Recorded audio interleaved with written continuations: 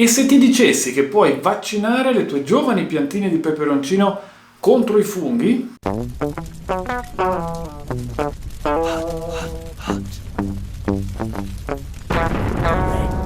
Oggi scopriamo come l'Equiseto può creare un'armatura sulle tue piante già nell'agrobox, così da renderle immuni alle malattie fungine.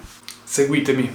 Immagina le cellule delle piantine come dei mattoncini. L'estratto di Equiseto fornisce la malta al silicio che le salda tra loro e le rende impenetrabili come una lastra di vetro.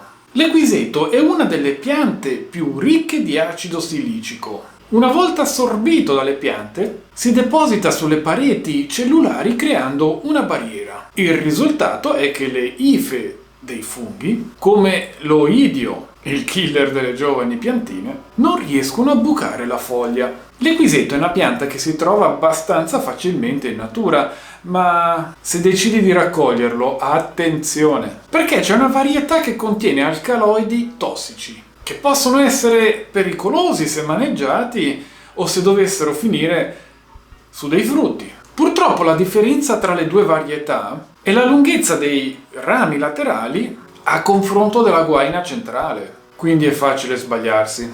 Se non sei un botanico esperto, il rischio di intossicare la tua coltivazione è troppo elevato e non ne vale la pena. Ecco perché utilizzare prodotti certificati in pellet o già pronti liquidi è la scelta da professionisti. Ci sono due modi per ottenere l'estratto di Equiseto dal pellet: a caldo o a freddo.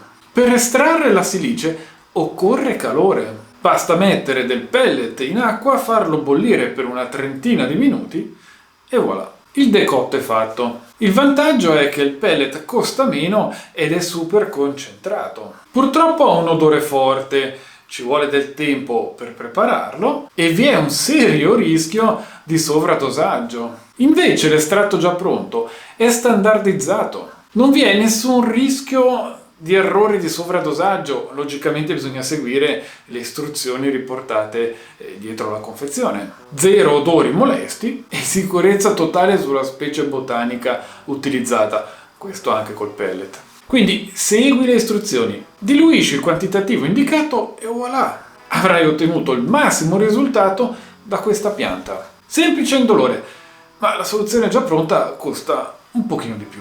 Quando le piantine nell'agrobox avranno raggiunto una grandezza tale da avere 4-6 foglioline, sarà giunto il momento di iniziare i trattamenti. E mi raccomando, iniziate i trattamenti con un dosaggio minore di quello indicato sulla confezione.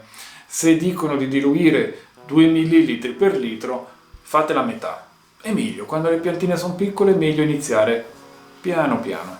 Iniziare con l'Equiseto ha un grosso vantaggio, perché in questo periodo le tue piantine sono nel momento più delicato. All'interno dell'agrobox l'aria ristagna e l'Equiseto serve per prevenire la muffa grigia e il marciume del colletto. Come dicevamo prima, se usi l'Equiseto già pronto, utilizza la metà della dose consigliata. Se invece utilizzi il decotto, diluiscilo 1 a 10, una parte di decotto, 10 parti d'acqua. È sufficiente una spruzzata fogliare ogni 10 giorni, sopra ma anche sotto. Ma mi raccomando, a luci spente, perché sennò l'acqua si comporta come una lente e brucia le foglie. Ricordatevi che l'Equiseto non cura le vostre piante miracolosamente, ma le rende invincibili.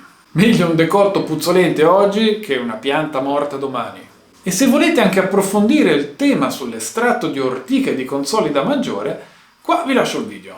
Se avete domande, come sempre lo spazio sotto è tutto vostro. Grazie per essere stati con me anche questa domenica e piccanti saluti!